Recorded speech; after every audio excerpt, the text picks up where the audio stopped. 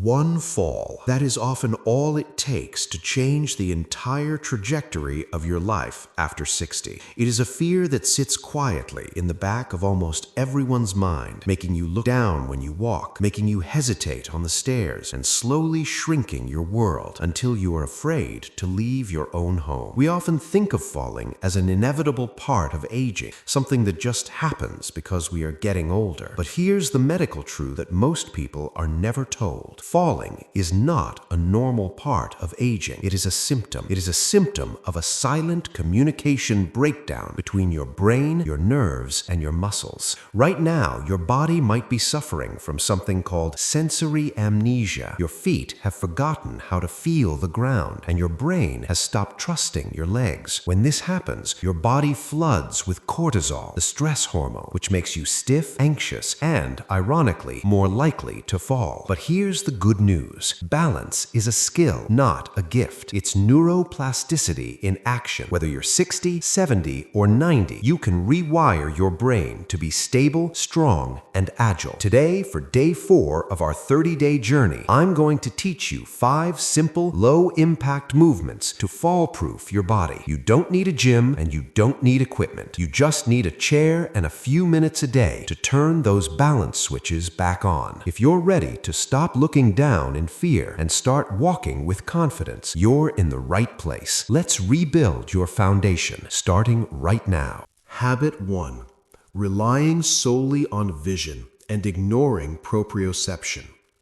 Most people over the age of 60 unconsciously develop a subtle but incredibly dangerous habit that silently destroys their balance, which is that they stop trusting their feet and start staring at the floor.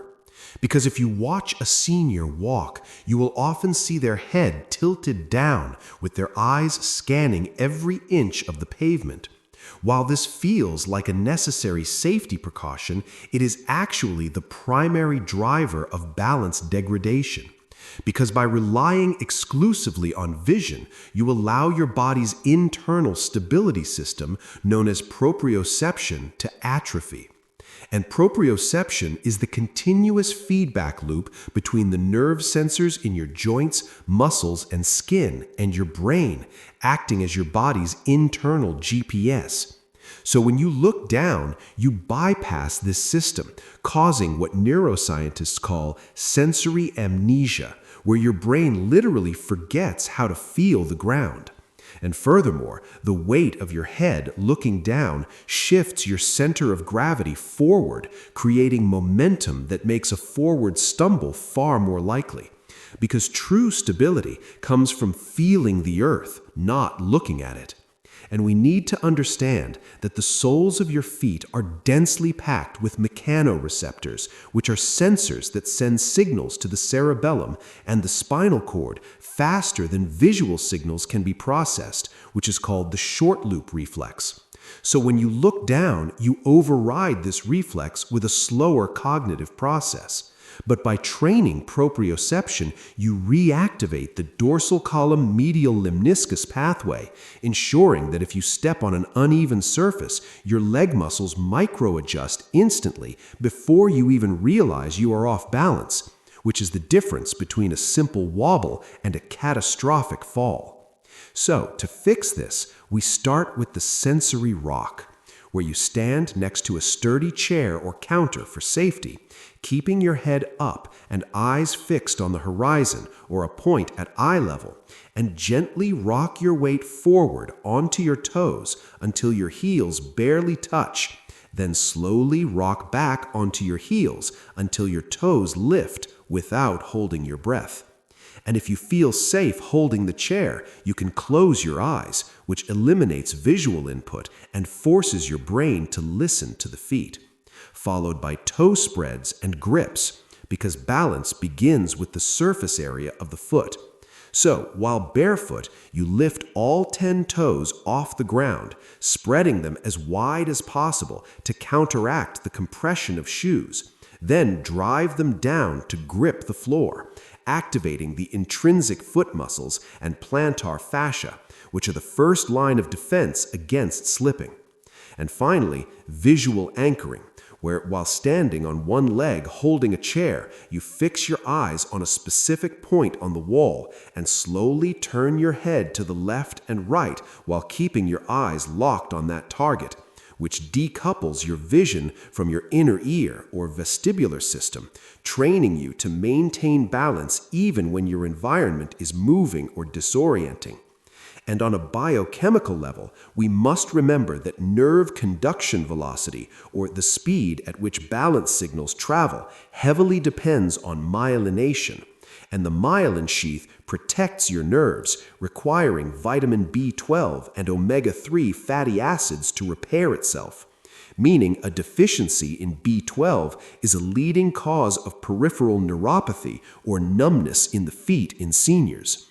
So ensuring your diet includes B12 sources like eggs, fish, or fortified nutritional yeast is crucial to keep the signal between feet and brain sharp. So from this day forward, your mindset cue is eyes on the horizon, trusting your feet because they are designed to feel. So when walking, scan the ground 10 feet ahead, not directly under your nose, keeping the cervical spine neutral and the heavy head balanced over the shoulders. And imagine your feet are not just resting on the floor, but have roots extending deep into the soil, where with every step, these roots grip the earth, making your body a tall, strong oak tree, where the branches, or your upper body, may sway in the wind, but the trunk and roots remain immovable, grounded, connected, and unshakable. Habit 2. The shuffle walk and hip flexor dormancy. The shuffle is often considered the hallmark of an aging gait, but it is not inevitable. It is a habit born of weakness and fear, because as we sit more, the hip flexors, specifically the psoas and iliacus, become short and tight, while the glutes become weak and dormant, which prevents the leg from lifting high enough during the swing phase of walking and prevents the leg from pushing off with power, resulting in a flat-footed sliding walk where the toes barely clear the ground, which dramatically increases the risk of tripping over carpets, thresholds, or uneven sidewalks. And biomechanically, shuffling keeps the body in a constant state of controlled falling without the muscular power to recover if equilibrium is lost, effectively signaling a body that is retreating from the world rather than moving through it with agency. And we must understand that walking is a complex series of triple extensions involving the hip, knee, and ankle. So shuffling keeps these joints in a semi-flexed, rigid state, causing type 2 or fast twitch muscle fibers to atrophy due to disuse. And these fast twitch fibers are your emergency brakes, or the muscles that shoot your leg out to catch you if you stumble. So by practicing specific movements, you recruit high-threshold motor units, effectively reversing sarcopenia or muscle loss in the lower body, starting with the stork stand or flamingo hold, where you stand next to a counter and lift one knee up until the thigh is parallel to the floor at 90 degrees, holding for 15 to 30 seconds, which is a pure strength move for the psoas. And if you cannot lift it to 90 degrees, lift as high as you can without rounding your back. Followed by high knee marching, where in a safe spot or hallway you march in place or move forward slowly, deliberately lifting your knees higher than necessary, exaggerating the movement and focusing on the up phase of the step. And finally, ankle dorsiflexion drills, where while sitting or standing, you pull your toes up toward your shins repeatedly, strengthening the anterior tibialis muscle, which is responsible for lifting the foot to clear obstacles, because weakness here leads to foot drop, a common cause of trips. And from a nutritional standpoint, muscle contraction and relaxation require a delicate balance of electrolytes, specifically magnesium and calcium. And magnesium deficiency, which is widespread in seniors, causes muscles to feel heavy and sluggish, contributing to the shuffle. So consuming magnesium-rich foods like pumpkin seeds, spinach, and dark chocolate, or using a topical magnesium oil can reduce muscle stiffness and improve the fluidity of your gait. So your new mindset and behavioral cue is to walk with purpose, imagining you are marching in a parade or walking to receive an award. And if you hear the scuffing sound of your shoes, stop immediately, reset, and lift, because every step is a decision, and you are not dragging your body. Your legs are an engine propelling you forward. So as you lift your knee, it feels light, as if a helium balloon is attached to it. And as you step down, you strike with confidence, meaning you are walking on air, gliding over obstacles, rather than hoping to avoid them. Habit 3. Neglecting lateral stability, the gluteus medius amnesia. In our daily modern lives, we live in a linear world where we walk forward, we sit down forward, and we stand up forward, and we rarely move sideways. Consequently, the muscles on the side of the hips, specifically the gluteus medius and minimus, waste away from disuse, which is catastrophic for seniors because 95% of hip fractures occur from a sideways fall, and the gluteus medius is your pelvic stabilizer, meaning it keeps your hips level when you stand on one leg, which happens with every single step you take. So when this muscle is dormant, a condition known as gluteal amnesia, the hip drops, the knee collapses inward, and the lower back twists, creating instability that makes you vulnerable to lateral stumbles in the bathroom or kitchen, where turning and twisting are common. And the gluteus medius attaches to the top of the femur or thigh bone and the pelvis,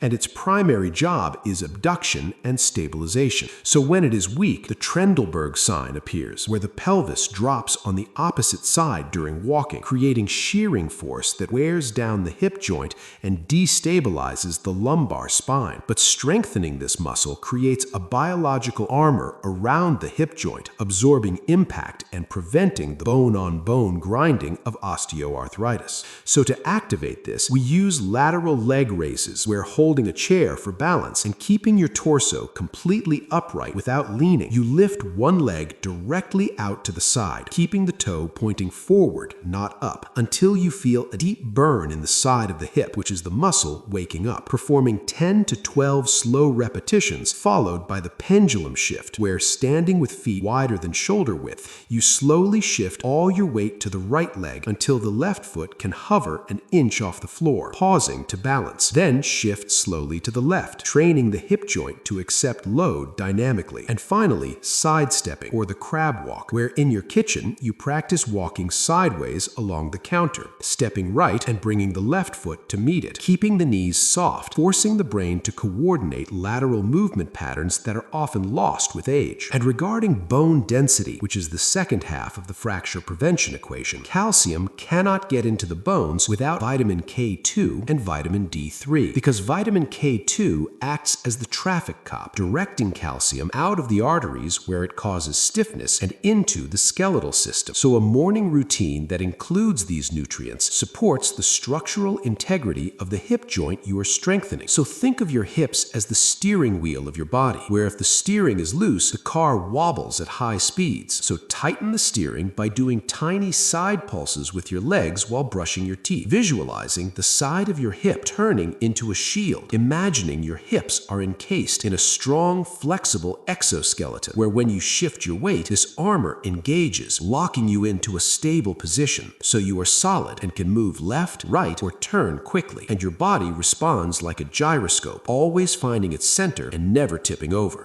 Habit 4. The momentum rock and loss of power.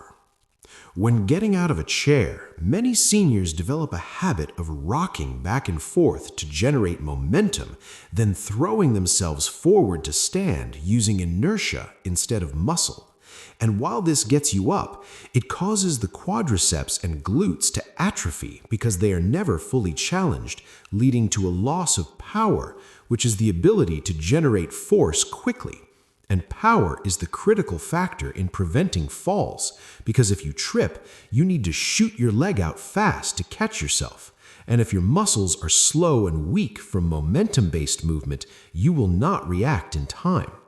Furthermore, Rushing the transition from sitting to standing often triggers orthostatic hypotension or dizziness, which is a leading cause of bathroom falls.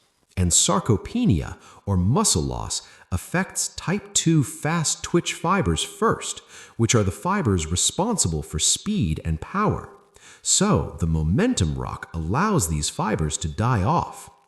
But by performing specific power movements, you engage the mechanotransduction pathway, signaling the body to retain these fast twitch fibers, starting with the power sit to stand, where sitting on the edge of the chair with feet flat and hip width apart, you hinge at the hips, placing your nose over your toes and drive through your heels to stand explosively without using your hands if possible, focusing on speed on the way up, followed by the eccentric descent, where you do not flop down into the chair, but lower yourself slowly for a count of 3 to 4 seconds, because this eccentric phase builds more strength than the way up and strengthens the tendons around the knees and creates microtrauma in the muscle that stimulates the release of myokines, which are anti-inflammatory molecules that travel to the brain and improve cognitive function, including BDNF. And finally, ankle pumps, where before standing, you pump your ankles up and down 10 times, activating the muscle pump in the calves, pushing venous blood back to the heart and brain to prevent that head rush dizziness. And strictly speaking about nutrition, to build and maintain muscle power, older adults often need more protein than younger adults due to a phenomenon called anabolic resistance. So, consuming 20 to 30 grams of high-quality protein, such as whey, eggs, or a plant-based blend within an hour of your movement routine triggers muscle protein synthesis, without which the exercise stimulates repair, but the body lacks the bricks to build the wall. So treat every chair as a leg press machine, and never just get up, but make it a conscious exercise, saying nose over toes, drive through heels, and pause for 5 seconds after standing to let your blood pressure equalize before walking away, because this 5-second pause is a life-saving habit. So visualize your legs as powerful hydraulic lifts, where as you stand, you are not struggling against gravity, you are pushing the earth away from you, making the movement smooth, powerful, and controlled, rising with dignity and strength like a rocket launching slowly but unstoppable, proving you are the master of gravity, not its victim. Habit 5. Cognitive dependency and fear-based movement. The final habit is mental, but has physical consequences, which is concentrating 100% of your mental energy on not falling. Because when you walk, if you are reciting don't fall in your head, you are using your conscious brain or cortex for a task that should be automatic and handled by the brainstem and cerebellum. And this cognitive dependency means that the moment you are distracted, whether someone says hello, a dog barks, or the phone rings, your balance system crashes because the conscious brain gets distracted, which is why dual tasking ability is the highest predictor of fall risk. And additionally, the fear of falling creates a stiffening strategy where you tense up and rigid muscles cannot react to a slip. They just hopple like a statue because balance is designed to be a background process managed by the cerebellum and the vestibular system. So when fear takes over, the prefrontal cortex intervenes, making movement jerky and slow. But dual task training promotes neuroplasticity, rewiring the brain to re-automate balance, building cognitive reserve, ensuring that even when your mind is busy, your body remains stable. So we use the cognitive dual task routine, starting with counting backward, where while practicing your single leg stance or tandem stance, you count backward from 50 by threes, occupying the conscious brain and forcing the subconscious brain to handle the balance, followed by verbal fluency, where while balancing, you name as many animals as you can in 30 seconds, forcing your brain to process language and motor control simultaneously, mimicking real-world scenarios. And finally, relaxation breathing, where when you feel unsteady, instead of stiffening, you force a long exhale, inhaling for 4 seconds and exhaling for 6, because this lowers cortisol and takes the body out of fight or flight, reducing muscle rigidity. And chronically, fear and anxiety anxiety deplete the brain of neurotransmitters like GABA and serotonin. So, omega-3 fatty acids, specifically DHA and EPA found in fish oil, constitute the cell membranes of neurons and reduce neuroinflammation caused by stress, meaning a brain that is not inflamed is a brain that communicates clearly with the limbs. So you must shift from a fear mindset to a prepared mindset, replacing "I hope I don't fall" with "I am strong enough to catch myself." And when you feel fear, do not freeze, but keep moving mindfully, because action acts as an antidote to anxiety. So imagine a protective bubble of awareness around you, where you are moving through the world with a quiet, calm confidence, and your mind is free to enjoy the scenery, talk to friends, and think about your day, while your body, which is automatic, intelligent, and strong, handles the terrain beneath you effortlessly. So you are liberated from the cage of fear and stepping into true freedom. Today, you didn't just exercise. You sent a powerful signal to your brain that you are still in control. You proved that stability is a skill you can rebuild, not something you lose forever. But remember, balance is only one part of the puzzle. If your lower back is stiff or painful, your balance will always suffer because your core cannot stabilize you. That is why tomorrow, for day 5, we are tackling the silent epidemic of lower back pain. I am going to show you a decompression routine that feels like a massage for your spine, helping you stand taller and move without that nagging ache. You absolutely do not want to miss that. So do not leave your journey halfway. Hit that subscribe button and turn on the notification bell right now so you're alerted the moment day 5 goes live. You are building a body that refuses to fall. Stay strong, stay grounded, and I'll see you in the next video.